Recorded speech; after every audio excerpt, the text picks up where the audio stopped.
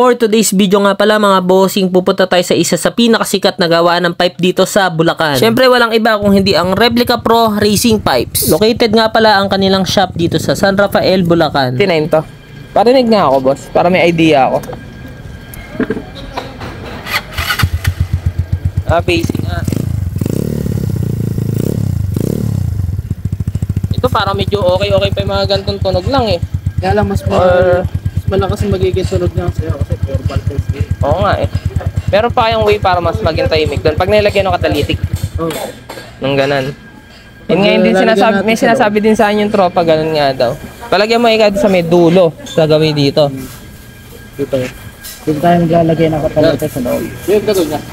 Ito naman sa sniper na. Sige nga, papiga ako, boss. Lutong lang eh, no? May lutong lang. Pero pagka, kasi pag sa LTO naman yan, di ba pag piniga, ganun lang naman yan. Ganun lang naman yan. Sa mga checkpoint. Pag lang talagang i-re-red bomb, no? Mayayari 32, tapos palaki ng palaki.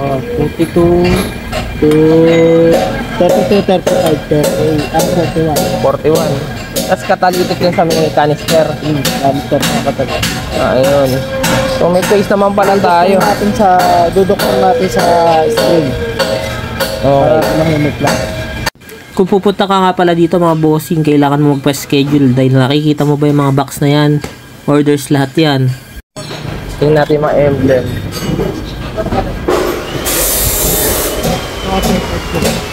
Ito, open pipe daw mga bossing. Sample. Ano kaya kakabit natin? Open. Pero dapat natahimik na buhay lang tayo eh.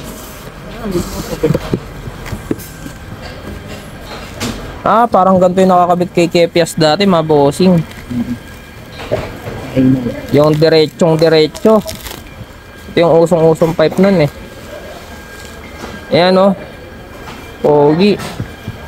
Kung siguro yung mga dating panahon, no, boss, no, yung hindi pa uso yung hulihan gano'n, no? Sarap sana nito, oh. Pero sa ito mga boss, ginagamit naman to sa racing talaga. Pan-track use to mga bossing. Mga talaga ngayon, tingnan yung loob. 2B na 200. 2B na 200cc. Pogi, oh. Mga order na to. Kaya nito kay Papa Ipe. Ipi pala to eh. Nahuli kita. Ayan o, kukunin na daw si Papa Ipe eh. Let's go. Patulin pa more. Ayan mga boss, may kasama na yung clamp. Tapos may kasama pang bracket mga boss. Pakita ko sa inyo. Bracket. Ayan o. Tapos sticker. Tapos ito yung canister mga boss. Ayan o. Sana all. Papa Ipe, kanino project to?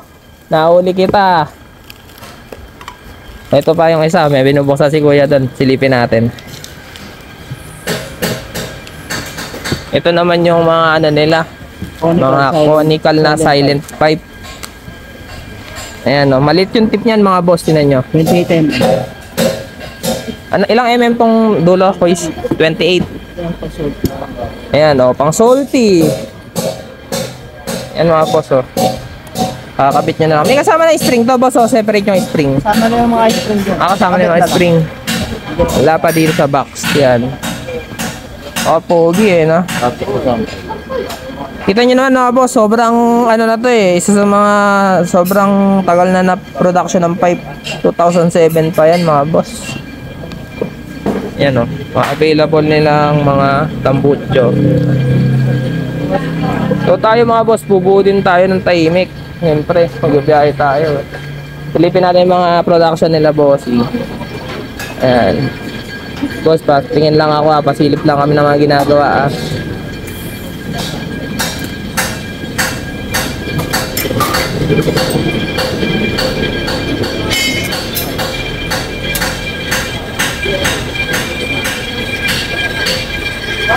Ganun pala yun.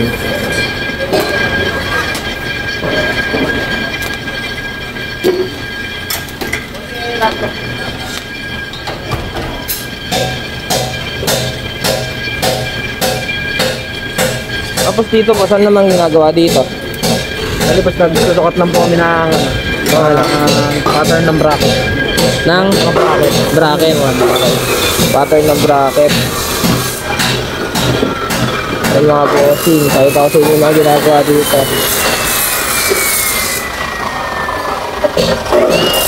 Ito mga bracket yan mga bossing.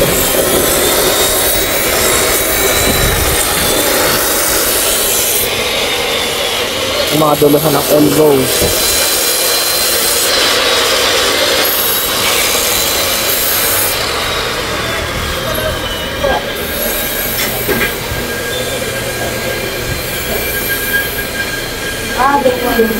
Ayan. Dito naman yung mga takip mga bossing. Yung mga end tip.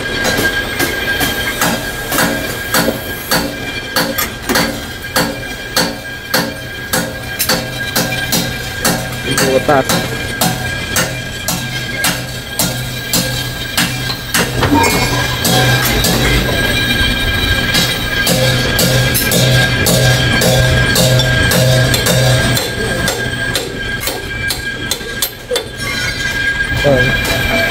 Ano yan boss, pinapalaki yung dulo? Para medyo lumaki yung dulo. Opo. Doon pala yun. Binobor. Sulitin natin sila kuya. Uy, patayin niya anong ginagawa mo. Ano ba yan? Talim lang. Ay, talim pala to. Nagkakasalang. Para dun sa kabila. Dito. Lalaki ng machine, no? Ay, boss, thank you. Thank you, boss, ha. Nagkaroon pa tayo ng living shirt. Let's go. Suotin natin yan, siyempre. Ito naman, mga boss, ginagawa dito yung mga screen. Binibilog na.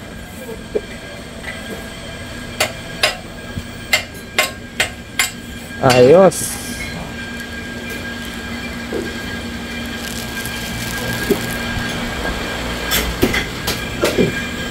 Thank you, boss, ha. Ayan, so mga boss, hiram tayo ng pipe. Titingnan natin kung ano yung itsura pag kahit wala pa, mag-imagine muna tayo. Mag-imagine muna tayo mga bossing, ano yung itsura nung pag nilagay natin sa dulo. Ito, bumunot tayo ng isang pipe dito. Mag-imagine muna tayo mga bossing. Imaginein natin. Mamount natin dito. Uy, ang pogi. Yan. So kasi naka-level dito sa ibabaw. Uy, ang pogi. Yan, pasok natin ng konti.